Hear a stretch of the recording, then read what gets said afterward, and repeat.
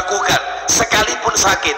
Jadi nggak ada ceritanya aku loro gak iso sholat ya wis, apalagi ini najis semua, baju apa, selimut apa ini, gak iso sembahyang, gak iso sholat, wis mungkin insya Allah iki oleh keringanan sampai Allah Ta'ala. Oh nggak bisa, tetap sholat.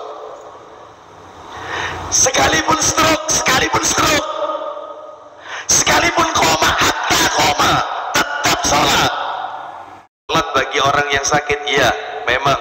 Kenapa? Karena saya menjawab pertanyaan-pertanyaan yang masuk melalui chat, yaitu WA, ataupun juga secara langsung, yang inti pertanyaan-pertanyaan tersebut seputar tata cara sholat bagi orang yang sakit. Intinya itu yang mereka tanyakan. Makanya pagi hari ini perlu saya jawab, perlu saya sampaikan. Baik Bapak Ibu, ada 21 poin. Ada 21 poin yang perlu Bapak Ibu perhatikan terkait sholat bagi orang yang sakit. 21 poin. Oh banyak juga Ustaz ya. Iya, makanya ini ilmu harus dipahami dengan baik ya, ini harus dipahami. 21. Apa itu? Yang pertama, Muhammadin sallallahu alaihi wasallam wa syarral umuri muhdatsatuha wa kullu muhdatsatin bid'ah wa kullu bid'atin dhalalah wa kullu dhalalatin finnar. Ikhwan wa akhawati fillah, bapak-bapak, ibu-ibu, kaum muslimin dan muslimah, jamaah Masjid Ar-Rahmah yang semoga dimuliakan oleh Allah Subhanahu wa ta'ala, kepada segenap pengurus takmir Masjid Ar-Rahmah yang semoga dirahmati oleh Allah Subhanahu wa ta'ala, puji dan syukur tidak henti-hentinya kita panjatkan kepada Allah Subhanahu wa ta'ala atas segala karunia nikmat yang telah Allah berikan kepada kita, yang tentunya kita tidak akan pernah mampu, tidak akan pernah bisa menghitung-hitung nikmat tersebut. Sebagaimana Allah Subhanahu wa ta'ala berfirman, wa in ta'uddu ni'matallahi la tuksuha, dan jika kalian menghitung-hitung nikmat Allah, maka tentu kalian tidak akan pernah bisa, tidak akan pernah mampu untuk menghitung-hitungnya. Oleh karena itu Bapak Ibu sekalian, karena nikmat Allah ini begitu besar yang Allah berikan kepada kita, maka kita wajib bersyukur atas karunia nikmat-nikmat tersebut. Sebagaimana Allah Subhanahu wa ta'ala berjanji di dalam Al-Quran, bagi mereka yang pandai bersyukur, nikmatnya akan ditambah oleh Allah. Ditambah itu dua Bapak Ibu sekalian, ditambah dari sisi kuantitasnya, jumlah nikmatnya ditambah, dan ditambah pula dari sisi kualitasnya, nilai keberkahan dari nikmat tersebut juga ditambah oleh Allah. Dan sebaliknya Bapak Ibu, bagi mereka yang kufur nikmat, tidak mensyukuri nikmat Allah, maka Allah akan menimpakan azab yang sangat pedih. Allah Subhanahu wa ta'ala berfirman dalam Al-Quran, suratnya surat Ibrahim, surat yang ke-14, ayatnya ayat yang ke-7. Saya yakin Bapak Ibu sudah pada hafal ayat ini, minimal ayat ini familiar di telinga kita. Allah Ta'ala berfirman, silakan Ustaz Abu Izif. Dan ingatlah tatkala Rabbmu memaklumkan, Ya, sesungguhnya jika kamu bersyukur, pasti kami akan menambah nikmat kepadamu. itu jelas. Kalau bersyukur, nikmatnya akan ditambah. Sebaliknya, Dan jika kamu mengingkari nikmatku, maka sesungguhnya azabku sangat pedih. maka azabku sangatlah pedih. Oleh karena itu, Bapak Ibu sekalian, di dalam ayat yang lain ternyata juga Allah jelaskan, orang-orang di suatu negeri, penduduk negeri apabila tidak bersyukur, penduduk negeri tersebut kufur nikmat, maka Allah akan timpakan di negeri itu berbagai macam musibah. Bapak Ibu sekalian, di antaranya, mari kita dengarkan firman Allah di dalam Al-Quran, suratnya nomor 16. Surat nomor 16 itu An-Nahl, ayatnya 112. Surat 16 ayat 112. Allah, silakan. Dan Allah telah membuat satu perumpamaan dengan sebuah negeri yang dahulunya aman lagi tentram. Negeri itu dulunya aman, Bapak Ibu. Negeri itu dulunya itu tentram. Negeri itu dulunya toto tentrem, Kertora Harjo negeri itu. Terus kemudian Rizkinya datang kepadanya melimpah ruah. negeri itu sumber daya alamnya melimpah ruah, Bapak Ibu. Saya tidak sebut nama negerinya ya. Yang jelas negeri itu Gemaripah Lojinawi. Sumber daya alamnya luar biasa. Sampai-sampai di negeri tersebut kayu ditancapkan jadi pohon, subur tanahnya. Bayangkan, dulu negeri itu aman, negeri itu tentram, negeri itu sumber daya alamnya melimpah ruah. Namun, lanjut Ustaz Abu Izim. Tetapi penduduknya mengingkari nikmat-nikmat Allah. Tetapi penduduknya kufur, penduduknya mengingkari nikmat-nikmat Allah, sehingga apa yang akan Allah timpakan? Lanjut. Karena itu Allah merasakan kepadanya mereka pakaian, kelaparan, Ya. ketakutan. Baik, Allah Subhanahu wa ta'ala yaitu menimpakan kepada mereka berbagai macam bencana. Di antara bencananya adalah kelaparan dan ketakutan. Sudah terjadi kan? Semua orang takut keluar rumah karena adanya COVID. Bahkan semuanya di lockdown. Masuk masjid saja nggak bisa, masjidnya di lockdown. Semua harus melakukan physical distancing. Ya, kelaparan di mana-mana, kemiskinan di mana-mana. Ya, karena penduduknya kufur nikmat. Lanjut, teruskan.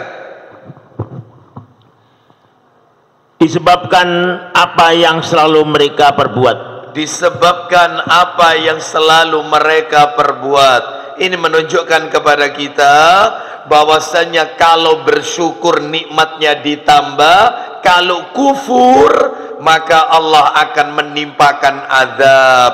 Semoga Allah Subhanahu wa ta'ala menjadikan hamba-hambanya yang pandai bersyukur atas nikmat yang Allah berikan kepada kita. Bapak Ibu sekalian rahimani wa rahimakumullah, tidak memperpanjang muqaddimah, pagi hari ini semestinya kajian kita adalah Sabtu pekan yang ketiga. Khusus untuk bulan ini saja saya diberikan izin, alhamdulillah, para jamaah diberikan fasilitas oleh takmir Masjid Ar-Rahmah, yaitu diperkenankan kajiannya dimajukan di Sabtu pekan kedua. Karena Sabtu pekan ketiga saya uzur, ya, sehingga dimajukan pekan kedua daripada nanti libur lagi.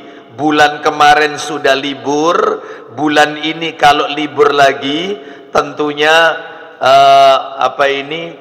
materinya tidak tuntas dan juga terlalu lama nanti akhirnya jamaahnya pada lupa dari materi yang sudah disampaikan. Alhamdulillah kami sampaikan jazakumullah khairan kepada takmir Masjid Ar-Rahmah. Baik Bapak Ibu sekalian, pagi ini semestinya materi kita itu melanjutkan Bapak Ibu, melanjutkan kitab yang kita bahas yang ditulis oleh Syekh Abu Abdurrahman Sultan Ali hafizahullah ta'ala, kitab yang berjudul Salasuna Sababan Litunala Rahmatullahi Ta'ala, 30 sebab agar dirahmati Allah Ta'ala, 30 amalan untuk 30 amalan yang bisa mendatangkan rahmatnya Allah Ta'ala. Itu materinya sebenarnya Bapak Ibu. Namun karena banyaknya pertanyaan yang masuk kepada saya langsung melalui Wapri, WA ke saya, dan juga secara langsung telepon kepada saya, maka pagi hari ini kami akan memanfaatkan saja pertanyaan-pertanyaan para jamaah, dan rata-rata pertanyaannya itu seputar pembicaraannya tentang sholat bagi orang yang sakit. Jadi ada yang bertanya, saya ini sakit Ustadz, ya dirawat di rumah sakit, bagaimana cara tayamumnya, bagaimana sholatnya, saya ini pakai kateter, saya ini pakai alat bantu kencing, saya pakai pampers, bagaimana sholatnya, macam-macam pertanyaannya. Ya, intinya itu adalah seputar sholat bagi orang yang sakit Bapak Ibu. Seputar itulah pertanyaan-pertanyaannya. Maka pada pagi hari ini saya akan sampaikan materi ini secara tuntas, ya, secara rinci, bagaimana petunjuk Rasulullah Sallallahu Alaihi Wasallam terkait sholat bagi orang yang sakit. Tapi sebelum masuk ke sana, maka sebagai kata pengantar atau muqaddimah, saya ingin mengingatkan kepada diri saya dan para jamaah bahwasanya yang namanya sehat dan sakit itu ujian dari Allah Azza wa Jalla. Orang itu dikasih sehat, itu ujian. Orang dikasih sakit, itu ujian. Diberikan kelapangan harta, kekayaan, itu ujian. Diberikan kekurangan harta, kemiskinan, itu juga ujian. Makanya panjenengan harus tahu, ujian yang Allah berikan kepada kita ini ada dua. Ada yang menyenangkan, ada yang menyakitkan. Ada ujian itu yang buruk, ada ujian yang baik. Semuanya ujian. Mana dalilnya? Allah Ta'ala berfirman, bisa dibuka surat nomor 21. Surat 21 itu surat Al-Anbiya, ayatnya 35. Surat 21 ayat 35. Allah Ta'ala berfirman, ya silakan. Tiap-tiap yang berjiwa akan merasakan mati. Saya camat, bapak-bapak camat, ibu-ibu juga camat. Apa itu camat? Calon mati. Bisa jadi panjenengan duluan, saya yang terakhir, atau saya yang terakhir, panjenengan duluan. Ya, semuanya pasti menghadap Allah. Tidak ada orang itu yang kekal nan abadi, nggak ada. Semuanya akan mati. Tinggal tunggu gilirannya saja. Siapa di antara kita yang menghadap Allah Azza wa Jalla? Lanjut, teruskan. Belum poinnya, silakan. Kami akan menguji kamu dengan keburukan dan kebaikan. Itu intinya Bapak Ibu yang perlu digarisbawahi. Wa nabluukum bisyarri wal khair. Akan aku uji kalian dengan keburukan dan kebaikan. Ujian sehat, ada ujian itu sehat, ada sakit, ada kaya, ada miskin. Nah, seperti itu. Ada orang yang taat kepada Allah, ada pelaku maksiat. Ya, ini semua adalah ujian yang Allah berikan. Baik. Oleh karena itu, Allah Subhanahu wa ta'ala dengan Rahman Rahimnya, Allah tidak ingin menyulitkan hamba-hambanya ketika hambanya dalam keadaan sakit. Allah nggak pengen menyulitkan mereka. Allah itu senang yang mudah-mudah, Bapak Ibu. Allah itu benci dengan yang sukar-sukar, dengan yang sulit-sulit. Allah itu benci. Allah itu suka, yaitu dengan kemudahan. Dan Allah itu benci dengan sesuatu yang menyulitkan. Mana dalilnya, Ustadz? Kalau Allah itu menghendaki kemudahan bagi hambanya, Allah tidak menghendaki kesukaran. Allah itu senang dengan kemudahan dan tidak senang dengan kesulitan. No, itu. Jadi Allah itu Maha Rahman, Maha Rahim, ya. Allah Subhanahu wa taala memberikan kemudahan bagi hamba-hambanya yang sakit. Kita kasih dalil.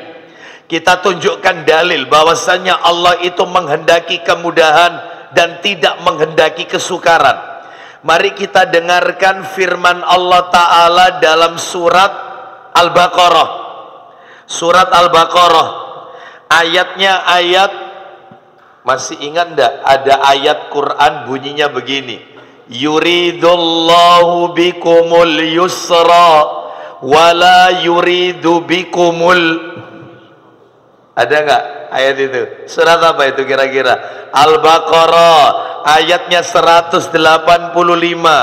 Al-Baqarah ayat 185. Ya, itu nanti di bagian akhir itu, di bagian akhir, yuridullahu bikumul yusra wala yuridu bikumul usra walitukmilul iddata walitukabbirullaha ala ma hadakum wala'allakum tashkurun. Kita dengarkan dari awal saja, nggak apa-apa. Allah Ta'ala berfirman, Al-Baqarah 185, dibaca yang bagian akhir saja. Yuridullahu bikumul yusra wala yuridu bikumul usra. Allah menghendaki, silakan Abu Yusuf. Allah menghendaki kemudahan bagimu dan tidak menghendaki kesukaran bagimu. Itu intinya. Allah itu senang dengan yang mudah. Allah itu tidak suka dengan yang sukar-sukar. Nah itu. Makanya jangan mempersulit. Jangan. Karena Allah itu telah memberikan kemudahan, terutama bagi mereka yang sakit. Nah itu. Kita tambahkan lagi dalil. Coba dibuka surat An-Nisa, surat nomor 4 An-Nisa ayatnya 28. An-Nisa ayat 28. Oh jelas sekali. Yuridullahu ayyukhaffifa ankum wa khuliqal insanu dha'ifa. Allah Ta'ala berfirman, silakan. Allah tidak memberikan keringanan kepadamu. Ulang lagi. Allah tidak memberikan keringanan kepadamu. Allah itu memberikan keringanan kepadamu. Kenapa? Dan manusia dijadikan bersifat lemah. Karena manusia itu diciptakan oleh Allah sifatnya lemah. Makanya dikasih kemudahan oleh Allah, terutama dalam masalah sholat. Tuh itu. Ya. Baik, saya tambahkan satu dalil lagi terakhir, bukan ayat Quran tapi hadis Nabi. Minta tolong Ustaz Abu Azif Sahih Bukhari-nya nomor 33. Awal-awal Sahih Bukhari nomor 33. An Abi Hurairah radhiyallahu an. Qala, Bukhari nomor 33. Qala Rasulullah sallallahu alaihi wasallam, inna dina yusru walan yushadda hadha dina ahadun illa ghalaba. Silakan. Dari Abu Hurairah radhiyallahu an katanya, ya, Nabi SAW bersabda. Apa isi sabdanya? Sesungguhnya agama Islam itu ringan. Ulang lagi. Sesungguhnya agama Islam itu ringan. Agama Islam itu mudah, tidak susah. Agama Islam itu ringan. Lanjut, teruskan. Barang siapa memperberat-berat, maka dia akan dikalahkan oleh agama. Baik, apa maksudnya? Baca catatan kakinya. Yang dimaksud siapa yang memperberat-berat, maka dia akan dikalahkan oleh agama. Silakan. Dikalahkan oleh agama, maksudnya orang itu jadi lemah beribadah dan beramal. Baik, Bapak Ibu sekalian, kalau sudah diberikan keringanan oleh Allah, jangan dipersulit. Jangan dipersulit. Sebab kalau dia mempersulit, maka dia tidak akan sanggup melakukannya. Iya, contoh ini, contoh. Saya kasih contoh saja.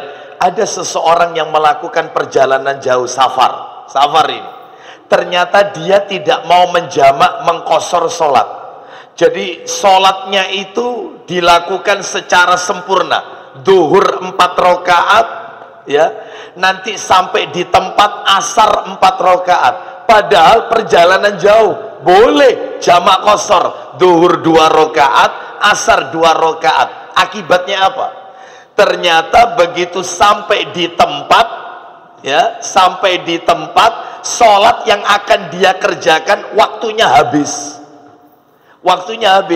Karena dia terkena kendala, gitu ya. Jadi dia awalnya merasa, wis gala Ustad, iya nek zamane Rasul Ustad, numpak unta, naik kuda, padang pasir. Lo ini lo jalan tol Ustad, naik mobil. Iya, wis enak, ngapain pakai dijamak qashar? Kalau di zaman Rasul oke lah, kendaraannya ya alamnya bikin kita susah. Lah ini loh, naik pesawat bisa, kereta bisa, kendaraan darat kita bawa mobil ya bisa. Iya, jalanan juga ya sepi. Ngapain? Ternyata qadarullah ada kendala. Entah itu mobilnya, entah apa, sehingga nyampe di tempat sholatnya habis waktunya. Sedangkan dia tidak menjamak qashar, padahal boleh jamak qashar. Begitu saya sampaikan, ayo kalau kayak begini bagaimana? Anda meninggalkan waktu sholat, meskipun Anda lakukan, tapi kan bukan pada waktunya Anda lakukan. Seperti itu. Iya benar juga ya, ternyata Islam itu agama mudah, dan Allah itu tidak mempersulit hambanya. Kalau sudah diajarkan, ditunjukkan oleh Allah dan Rasulnya, itu adalah rukhsah, keringanan untuk hambanya. Tuh itu. Oleh karena itu Bapak Ibu sekalian, ini menunjukkan kepada kita, Islam ini agama yang mudah, agama yang ringan. Tidak ada orang yang berlebih-lebihan dalam agama ini, kecuali akan dikalahkan dia, tidak mampu melakukannya. Baik, kalau begitu maka tiba waktunya saya menyampaikan bagaimanakah petunjuk Rasulullah sallallahu alaihi wasallam terkait dengan sholat bagi orang yang sakit. Jadi bagi Bapak Ibu yang baru datang, mungkin Bapak Ibu bertanya-tanya, loh materinya kok sholat bagi orang yang sakit? Iya, memang. Kenapa? Karena saya menjawab pertanyaan-pertanyaan yang masuk melalui chat, yaitu WA, ataupun juga secara langsung, yang inti pertanyaan-pertanyaan tersebut seputar tata cara sholat bagi orang yang sakit. Intinya itu yang mereka tanyakan. Makanya pagi hari ini perlu saya jawab, perlu saya sampaikan. Baik Bapak Ibu, ada 21 poin. Ada 21 poin yang perlu Bapak Ibu perhatikan terkait sholat bagi orang yang sakit. 21 poin.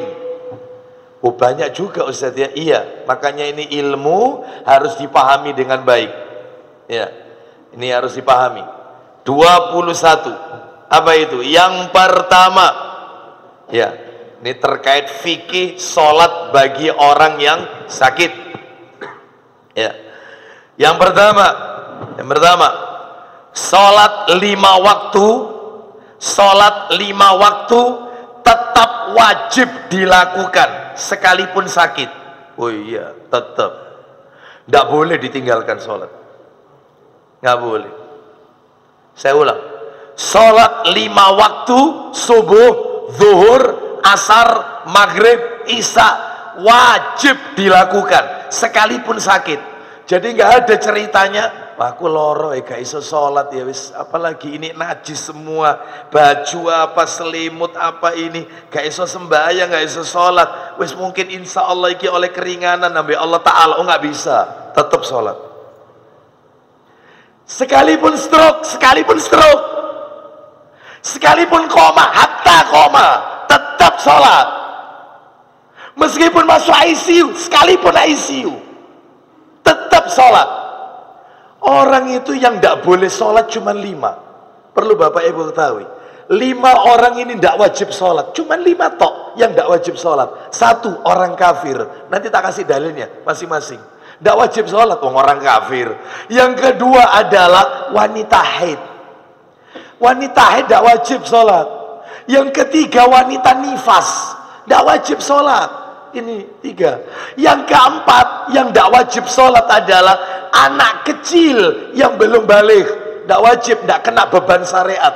Anak kecil tidak kena beban syariat. Jadi kalau ada anak kecil belum balik, dia tidak sholat, maka itu tidak berdosa. Itu yang keempat. Yang kelima adalah orang yang hilang akal alias gila. Loh, berarti kalau begitu orang pikun Ustadz itu boleh meninggalkan sholat. Kalau pikunnya pikun berat, boleh tidak sholat, gak apa-apa, karena dia sudah hilang akal. Sama anaknya saja lupa. Oh niki sopo, lupa sama anaknya ya. Hilang akal. Gila, orang gila itu tidak wajib sholat. Bagaimana dia sholat? Wong dia mengurus dirinya saja itu nggak mampu, apalagi kena beban kewajiban sholat. Lihat orang gila, jalan-jalan dengan bertelanjang, kadang-kadang yaitu pakaiannya, auratnya terlihat. Bagaimana bisa sholat kalau kayak begini? Maka itu berarti orang sakit tetap sholat. Iya, wong nggak masuk 5 ini, nggak masuk, nggak masuk. Mana dalilnya? Kalau orang sakit itu harus tetap wajib sholat. Maka Bapak Ibu, saya tunjukkan dalilnya. Nanti yang 5 ini yang tidak kena beban kewajiban sholat ini tak kasih dalil juga.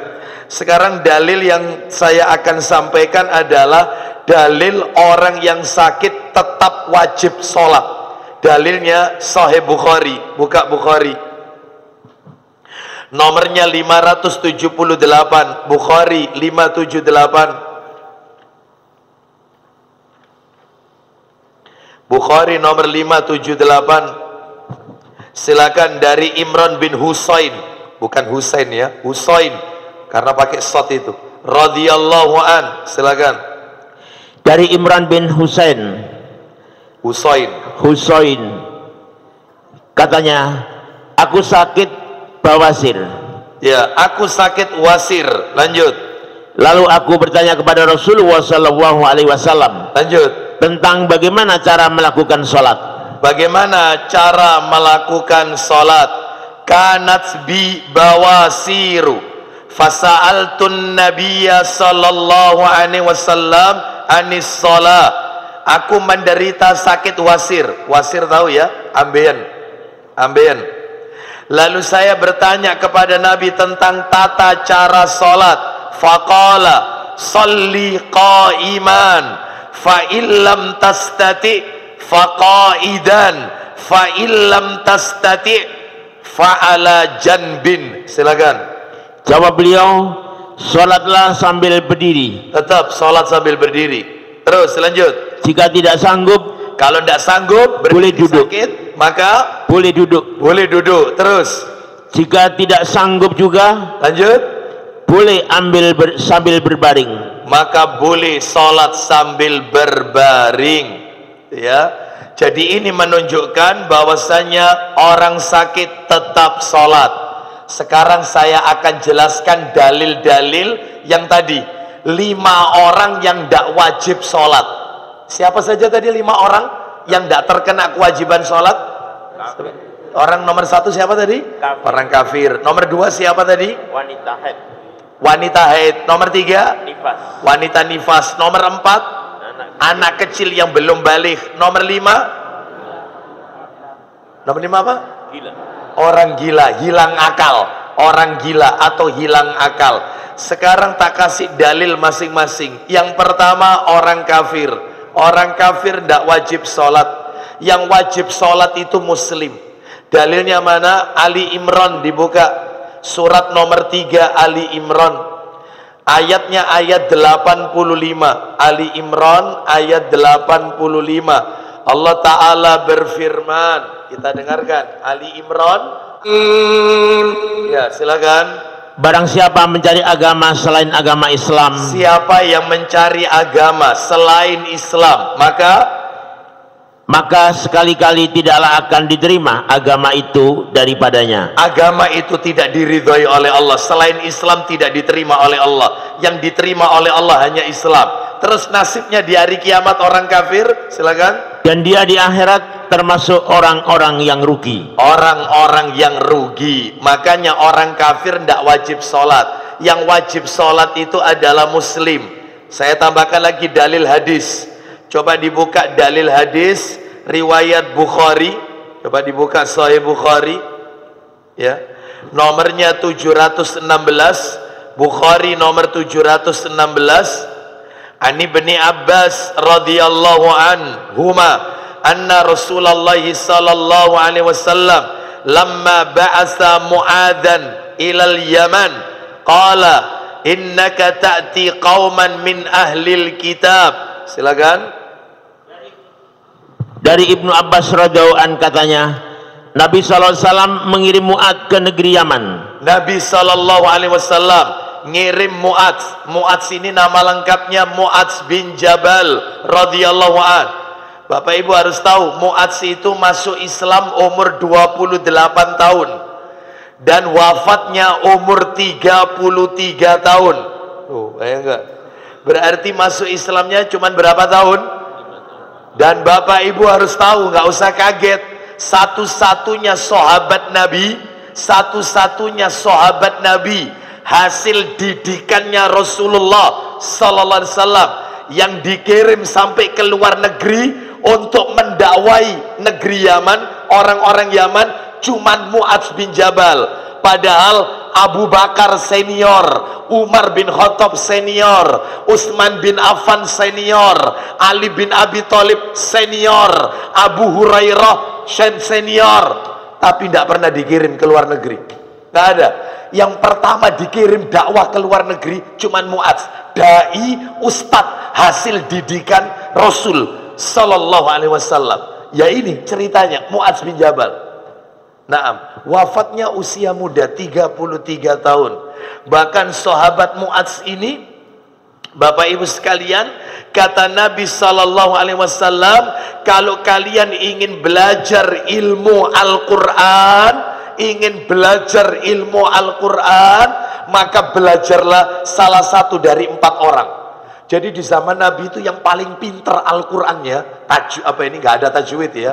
Di zaman Nabi belum ada tajwid. Rasul itu kalau baca Quran itu sudah pakai tajwid. Iya, tajwid. Sudah. Jadi ya sudah mendengung. Cuman kan baru-baru saja setelah Rasul, setelah sahabat, baru ada istilah idgham bi gunna, idgham bila gunna, bacaan ikhfa, bacaan idhar, itu baru ya, seperti itu. Dulu Rasul kalau baca sudah tajwid, ya mendengung, ya diperdengarkan, ada yang tidak mendengung, ada yang bacaan gharib, ada. Itu kan istilah gharib, itu kan baru-baru saja Bapak Ibu. Jadi Nabi itu kalau membaca ayat-ayat Allah Azza wa Jalla itu sudah tajwid Bapak Ibu. Nah, saya ulang dari ceritanya. Jadi kata Nabi, kalau kalian ingin mempelajari Al-Quran, belajarlah kepada salah satu dari 4 orang ini. Siapa 4 orang ini? Coba itu nggak saya bawa kitabnya Tirmidzi. Pak Didik bisa minta tolong Tirmidzi nomornya jilid 3 ini soalnya, yang sudah di-download aja. Tirmidzi 3810 3810 dari Abdullah bin Amr radhiyallahu an. Ya, mana mic-nya? Geser, minta tolong Ustaz. Ya. 3810. Silakan Abdullah bin Amr. Tafadhal. Dari Abdullah bin Amr radhiyallahu an, ia berkata, ya, Rasulullah SAW bersabda, Apa isi sabdanya? ambillah Al-Quran dari 4 orang. Ambillah Al-Quran itu dari 4 orang. Kalau kalian pengen belajar Quran, belajarlah ke salah satu dari 4 orang ini. Satu, Dari Ibnu Mas'ud. Ibnu Mas'ud, nama lengkapnya Abdullah bin Mas'ud radhiyallahu an. Ini ahli Quran ini. Nomor 2, Ubay bin Ka'ab. Ubay bin Ka'ab. Nomor 3, Mu'adz bin Jabal. orangnya sedang kita bicarakan pagi hari ini, yang diutus Nabi ke negeri Yaman tadi, Mu'adz bin Jabal. Terus Dan Salim budak Abu Hudzaifah. Salim, bekas budaknya Abu Hudzaifah radhiyallahu an. Nah, itulah ahli Al-Quran. Baik, kembali ke Ustadz Abu Ezif. Cerita yang tadi Sahih Bukhari. Ulang lagi dari Ibnu Abbas, silakan. Dari Ibnu Abbas radhiyallahu an katanya, Ya, Nabi SAW mengirim Mu'adz ke negeri Yaman. Nabi mengirim Mu'adz ke negeri Yaman. Terus, Beliau bersabda kepadanya, ya silakan. ajaklah mereka supaya mengakui bahwa tidak ada Tuhan selain Allah. Loh, coba kata Nabi sallallahu alaihi wasallam kepada Mu'adz, ajaklah penduduk Yaman itu, karena penduduknya itu orang-orang ahlul kitab. Awalnya itu begitu, Yahudi Nasrani, penduduk Yaman.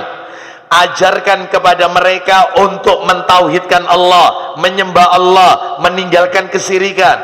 Terus lanjut.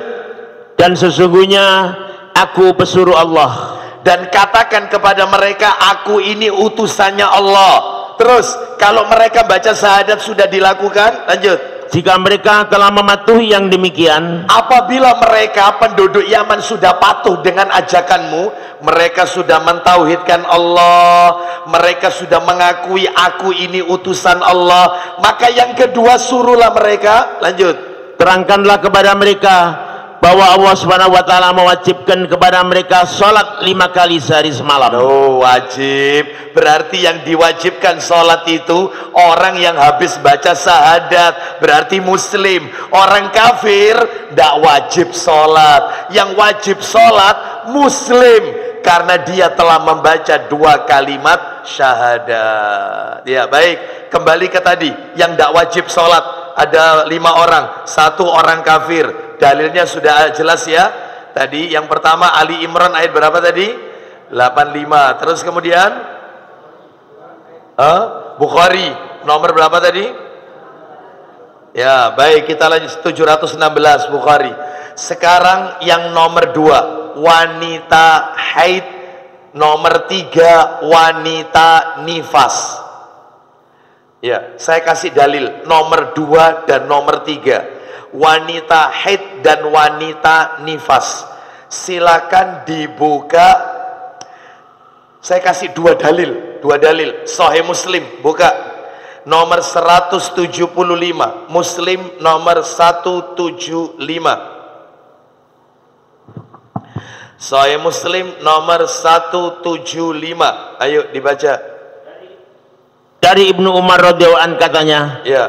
aku mendengar Rasulullah sallallahu alaihi wasallam bersabda, Apa isi sabdanya?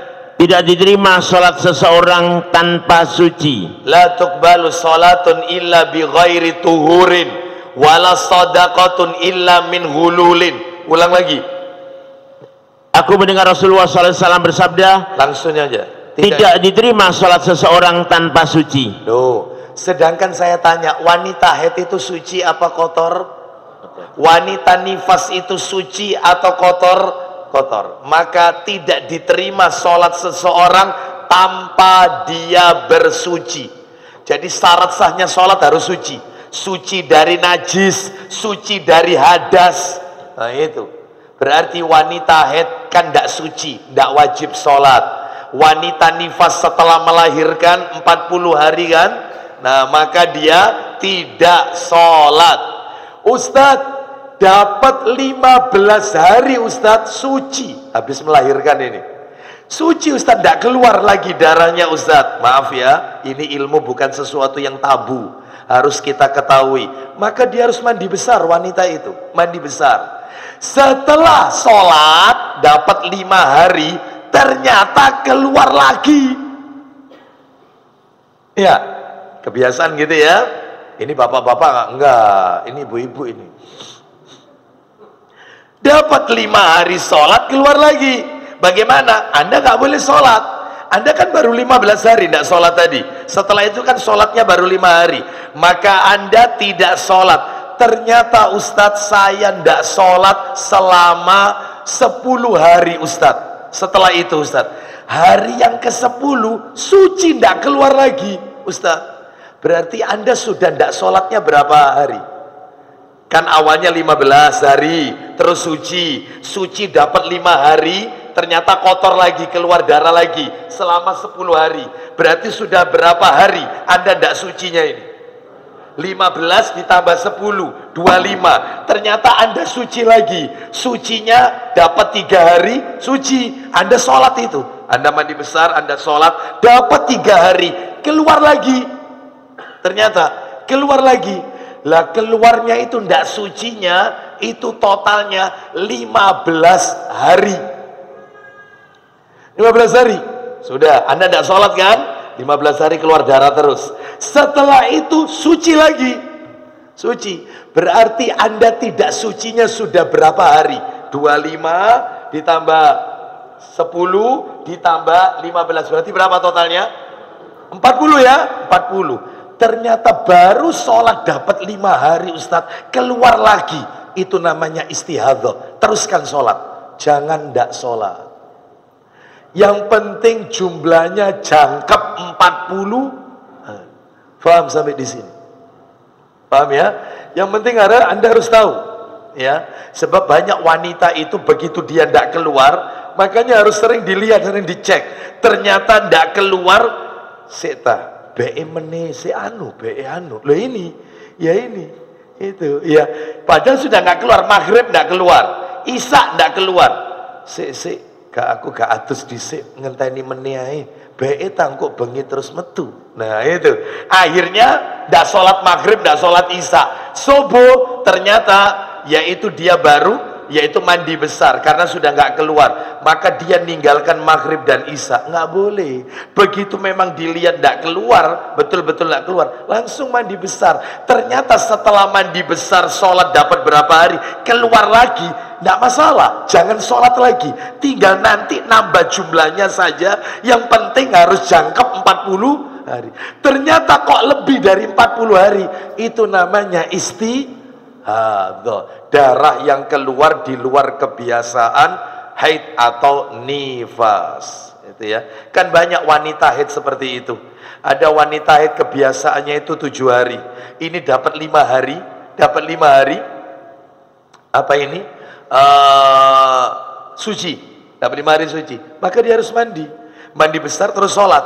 Begitu sholat dapat 2 hari, keluar lagi. Ternyata keluar laginya itu adalah 4 hari, tidak suci 4 hari. Maka dalam hal ini ketika bapak ibu-ibu ya, ketika ibu-ibu yaitu tidak sucinya itu sudah 2 hari, maka ibu harus mandi besar. Sisanya itu adalah istihadhah, sisanya. Karena kebiasaan ibu-ibu 7 hari, iki kok sampai di atas 7 hari, kok sik metu, itu namanya istihadhah, mandi besar, sholat. Jadi nanti zuhur asar dijamak, maghrib isya dijamak, seperti itu. Orang istihadhah itu boleh menjamak sholat. Nanti dalilnya kita kasih dalilnya nanti. Jadi kami ulang lagi, orang yang tidak wajib sholat ada 5. 1 orang kafir, yang kedua adalah wanita haid, yang ketiga wanita nifas. Dalilnya wanita haid dan nifas Sahih Muslim nomor 175. Tambahkan lagi Ustaz Abu Yazif, Abu Dawud nomornya 61. Abu Dawud nomor 61. Abu Dawud nomor 61, yaitu dari Ali, an Aliyin radhiyallahu anhu qala Rasulullah sallallahu alaihi wasallam, miftahus salati tuhuru wa tahrimuha at-takbir wa tahliluha at-taslim. Silakan. Dari Ali radhiyallahu an, beliau berkata, Rasulullah sallallahu alaihi wasallam bersabda, isinya Kunci sholat itu adalah bersuci. Kuncinya sholat itu suci. Kalau tidak suci maka tidak sholat. Wanita haid tidak suci, wanita nifas itu tidak suci. Maka kalau tidak suci tidak ada sholat. Lanjut teruskan. Dan yang mengharamkannya semua perbuatan yang boleh di luar sholat. Baik, stop. Yang mengharamkan di dalam sholat adalah semua perbuatan yang dilakukan di luar sholat. Kita kalau di luar sholat kan boleh ngobrol, makan, minum. Lah ketika sholat nggak boleh ngobrol, nggak boleh melakukan perbuatan-perbuatan yang bisa membatalkan. Terus yang menghalalkan sholat, lanjut. Adalah takbir. Ulang lagi. Dan yang mengharamkannya semua perbuatan yang boleh di luar sholat adalah takbiratul ihram. Terus. Sedangkan yang menghalalkannya adalah salam. Baik, perhatikan ya, sholat itu dibagi 3 sama Nabi ini. Sholat itu 3. Yang pertama, muqaddimahnya harus suci. Mau sholat harus suci. Berarti kalau tidak suci tidak boleh sholat. Itu 1. Yang kedua, yang mengharamkan semua perbuatan di luar sholat itu takbiratul ihram. Orang kalau sudah Allahu Akbar, tidak boleh ngobrol, tidak boleh guyon, tidak boleh makan, tidak boleh minum. Semua di luar sholat putus, haram dilakukan. Sudah, seperti itu. Terus yang menghalalkannya salam. Assalamualaikum warahmatullahi. Assalamualaikum warahmatullahi. Boleh ngobrol. Ya apa Pak kabari Pak? Sehat? Boleh. Bu, panjenengan sehat? Boleh. Itu yang faham maksudnya ya. Jadi sholat ada 3. 1 pembukaannya suci. Yang kedua yang mengharamkan di luar sholat itu takbiratul ihram. Kalau sudah takbiratul ihram nggak boleh. Semua yang kita lakukan di luar sholat itu nggak boleh. Kita kalau di luar sholat kan boleh noleh sana, noleh sini, ya. Maka ketika takbiratul ihram, Allahu Akbar, nggak boleh, nggak boleh. Ini di luar sholat, haram. Kalau sudah takbir, fokus ke tempat sujud. Ketika kita ingin menghalalkannya adalah caranya salam. Salam itu adalah menghalalkan semua yang kita lakukan di luar sholat. Assalamualaikum warahmatullahi. Assalamualaikum warahmatullahi. Ya silakan. Anda zikir, ya. Kemudian Anda berdoa, ya. Ngobrol dengan teman sudah halal karena Anda sudah tidak sholat lagi. Paham maksudnya di sini ya? Baik, kita lanjutkan. Sekarang yaitu orang yang nomor berapa ini? Nomor 4. Yang nomor 4 itu adalah baligh. Yang nomor 5 yang nomor 4 itu yang tidak wajib sholat. Yang nomor 4 yang nggak wajib sholat apa? Anak kecil, yaitu belum baligh. Terus yang nomor 5 adalah yang tidak wajib sholat orang yang hilang akal. Nah, mana dalilnya? Nomor 4 dan nomor 5 saya jadikan satu. Coba dibuka Abu Dawud. Ini jilidnya jilid 2 ini mestinya. Saya nggak bawa ya. Abu Esif juga tadi belum saya infokan. Pak Didik minta tolong Abu Dawudnya nomor 4403 4403 Abu Dawud 4403. Silakan. Rasulullah sallallahu alaihi wasallam Dari Ali. Ya, dari Ali. Dari Ali bin Abu Thalib radhiyallahu an, dari Nabi SAW beliau bersabda, Isinya, hukuman tidak berlaku atas 3 hal. stop, perhatikan baik-baik Bapak Ibu. Pena itu diangkat oleh Allah, artinya orang itu tidak terkena dosa. Pena diangkat, orang itu nggak berdosa. Hukuman diangkat untuk 3 orang. 3 orang ini nggak dosa. Siapa itu? 1. Bagi orang yang tidur hingga ia terbangun. Namanya saja orang ketiduran, itu tidak dosa. Ketiduran sehingga duhurnya lewat, bangun asar, bangun pas adzan asar. Ya Allah, saya belum sholat duhur. Ya begitu bangun itu dia sholat duhur. Setelah duhur baru asar. Jadi sholat saat dia ingat itu. Tapi dia tidak berdosa karena ketiduran. Ini yang pertama. Yang kedua, siapa itu yang tidak tertulis dosa? Anak kecil hingga bermimpi dewasa. Nah, anak kecil itu tidak dosa. Makanya kalau kita lihat ada anak kecil tidak sholat, ya, itu tidak dosa, belum tertulis dosa. Pena itu masih diangkat, belum ditulis, belum. Ada anak kecil tidak puasa Ramadan, ya, orang tuanya puasa, dia makan, bahkan orang tuanya menyiapkan makan anak-anaknya yang masih kecil, itu tidak dosa anak itu, karena belum tertulis, ya. Terus lanjut, siapa lagi nomor 3? Dan orang yang gila hingga ia waras. Baik, orang gila hingga ia berakal, hilang akal. Maka orang yang hilang akal, orang gila itu tidak tertulis dosa. Enggak. Makanya Bapak Ibu, kalau ada orang gila tidak sholat, ya, waktunya Ramadan dia makan di depan orang yang sedang puasa, namanya aja wong edan, ya. Orang gila ya sudah dosa Bapak Ibu, tidak berdosa. Termasuk pikun Ustaz, termasuk pikun. Kalau kita punya orang tua pikunnya pikun berat, dia sudah tidak mengenali anak-anaknya, ya, bahkan dia pun juga tidak mengenali saya ini tinggal di mana, ya, pikunnya pikun berat, ya, pikun berat ini, maka tidak terkena kewajiban sholat, dianggap seperti orang hilang akal, itu ya. Baik, sekarang kita masuk yang nomor 2, kembali ke materi inti kita, sholat bagi orang yang sakit. Ada berapa poin yang akan saya sampaikan? 21 poin. Kita baru berapa poin? 1 poin. Cukup waktunya kira-kira ya? Cukup, insya Allah cukup ya. 21 ini soalnya. Jadi yang pertama, orang sakit wajib sholat.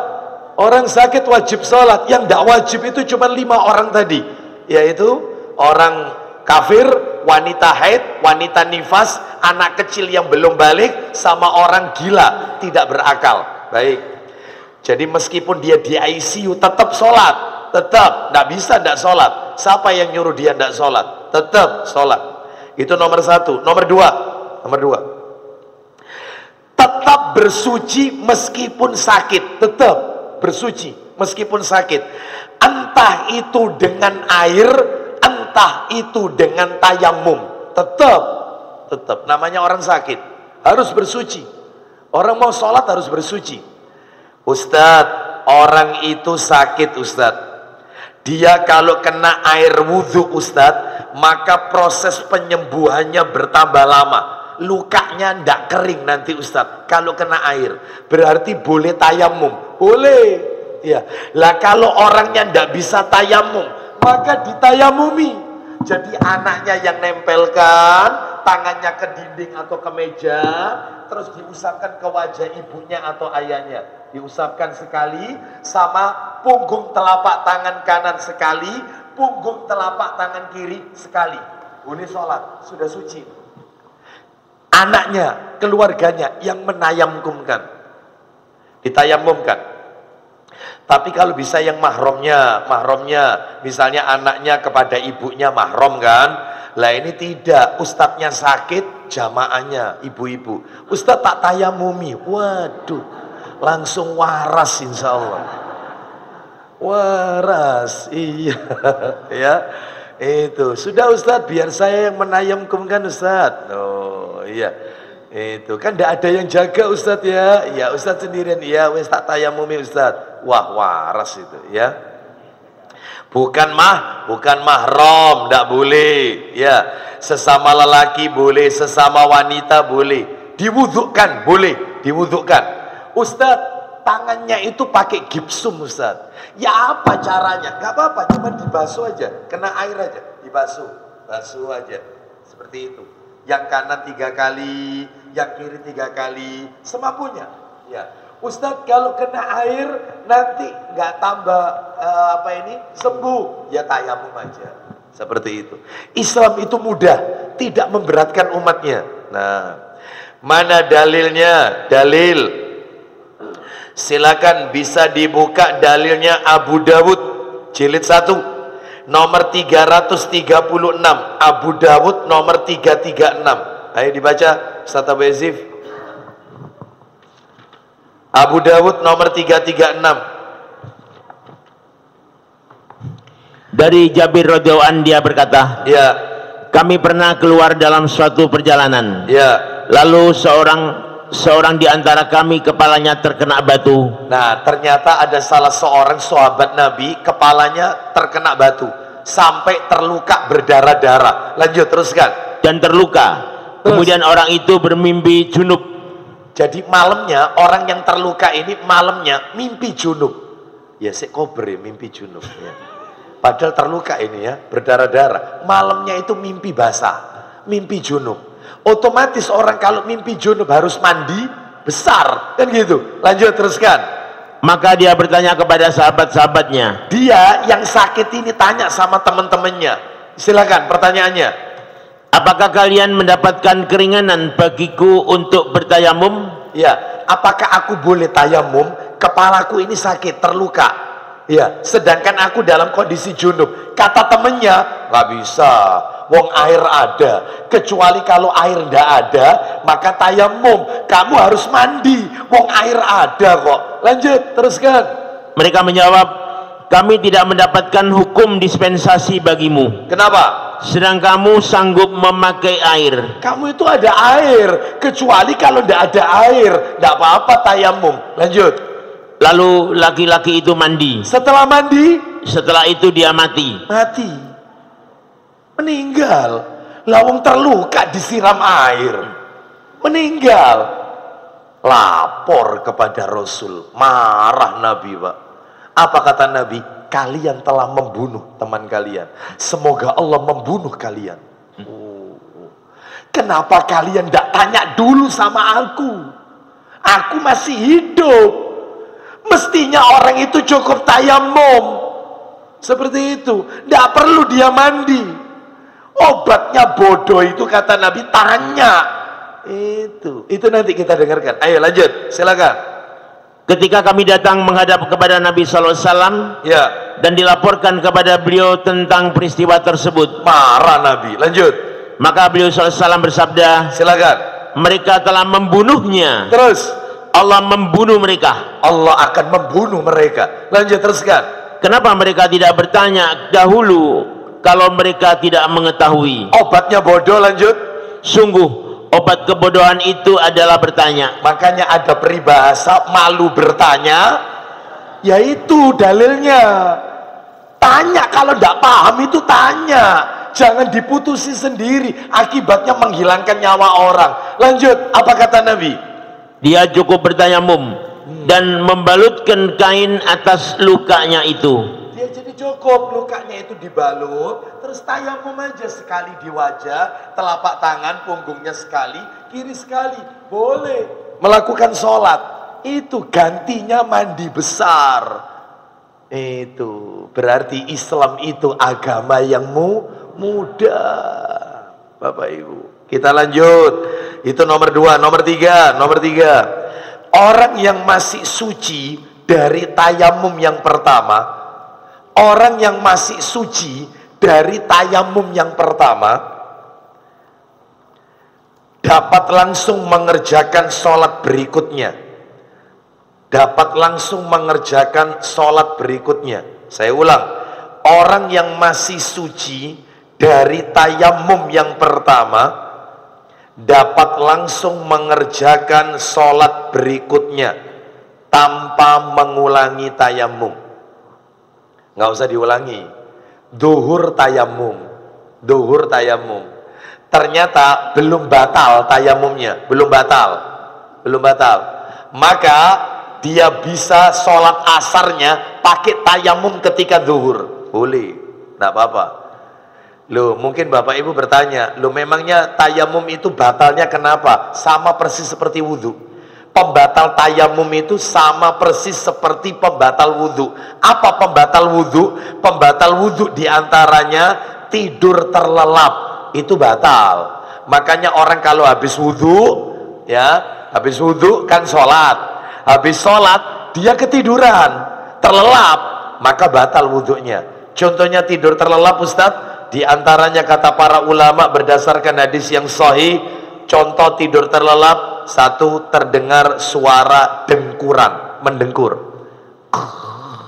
Sudah selesai, berarti batal. Ini Nah, apa ini? Tidur terlelap ini. Terus menetesnya sesuatu di mulutnya. Oh, sudah. Apa itu namanya? Nah, itu batal. Sudah kena. Bukan iler pembatalnya, bukan. Berarti tidur terlelap. Terus yang ketiga, tidak bisa merespon suara yang ada di sekitarnya. Dipanggil, Pak, Bu, diam aja. Oh, wis hilang pisan, wis tutup Mekah pisan, ya. Wis tutup Madinah, keliling dunia bisa. Berarti wudhunya batal. Kalau nanti mau sholat asar, wudhu lagi. Begitu juga tayamum, sama. Apalagi Ustadz yang membatalkan wudhu, otomatis tayamumnya juga batal. Makan daging onta, batal. Memakan daging onta. Panjenengan pernah makan daging onta?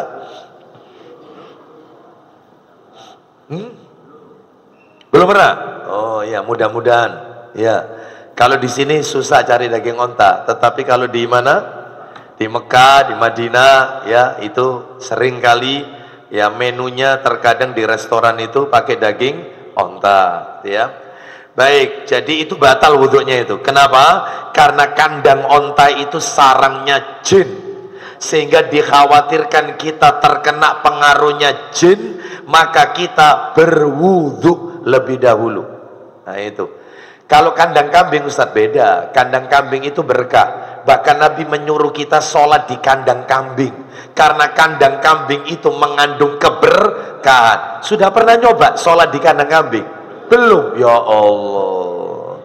Lah wong Masjid Ar-Rahmah ada loh Ustadz, ngapain sholat di kandang kambing? Loh, Bapak Ibu sekalian, berkah Bapak Ibu, sesekali ya. Ya, lo Ustadz kotorannya ndak najis. Ya, Bapak Ibu harus tahu, hewan yang halal kita